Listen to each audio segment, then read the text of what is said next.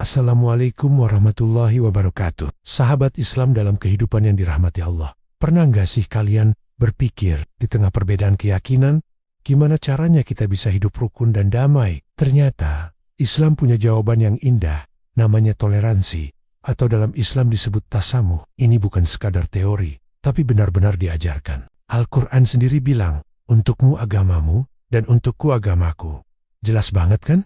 Islam itu menghargai perbedaan. Dalam pandangan Islam, toleransi antar umat agama adalah ajaran dasar yang diamanatkan, bertujuan menciptakan kedamaian dan keharmonisan masyarakat. Hal ini didasari oleh dalil agama dan teladan. Rasulullah SAW berikut penjelasannya.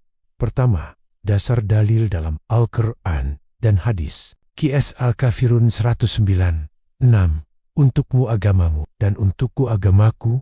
Ayat ini menegaskan penghormatan terhadap perbedaan keyakinan tanpa perlu menyamakan atau memaksakan agama sendiri. Qs Al-Baqarah 2:256.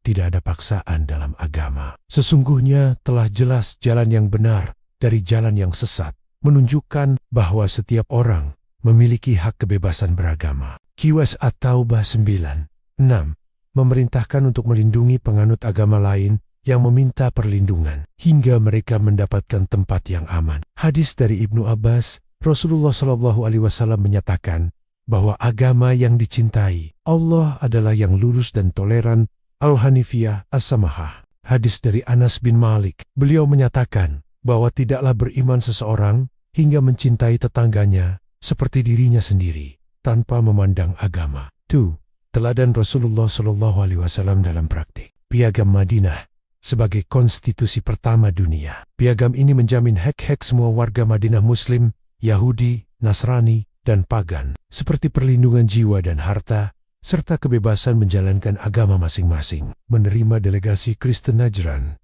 Rasulullah SAW mengizinkan mereka melaksanakan ibadah di Masjid Nabawi. Menghormati jenazah Yahudi, beliau berdiri sebagai tanda penghormatan ketika jenazah seorang Yahudi lewat. Dingen Aleson, bukankah dia juga seorang manusia? Setelah penaklukan Mekah, beliau memaafkan semua musuhnya, termasuk mereka yang pernah menyakiti dirinya dan umat Islam, sebagai bentuk toleransi dan kedamaian. Sri, pandangan ulama, Wahbah Al-Zuhaili, mengelompokkan tema toleransi dalam Al-Quran menjadi 4 poin.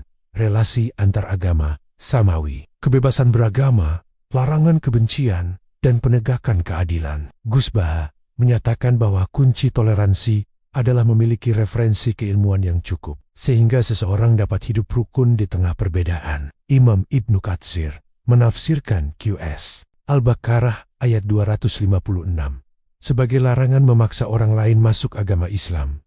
Keempat, makna toleransi dalam mewujudkan kedamaian. Toleransi bukan berarti menyamakan ajaran agama, melainkan menerima perbedaan dan menghormati hak setiap individu untuk menjalankan keyakinannya. Dengan demikian, konflik akibat perbedaan keyakinan dapat dihindari. Hubungan antar umat beragama menjadi baik, dan masyarakat dapat hidup rukun tanpa mengorbankan identitas keagamaan masing-masing. Nabi Muhammad juga mencontohkan langsung, beliau sangat baik dan adil, bahkan kepada mereka yang berbeda keyakinan. Jadi, menyebarkan kedamaian dan menghormati sesama itu adalah bagian dari ajaran Islam yang sesungguhnya. Kalau kita bisa saling menghargai, Indonesia pasti jadi tempat yang lebih adem dan damai buat kita semua. Terima kasih sudah menyimak. Jangan lupa subscribe dan bagikan video ini agar lebih banyak yang mendapatkan manfaat. Wassalamualaikum warahmatullahi wabarakatuh.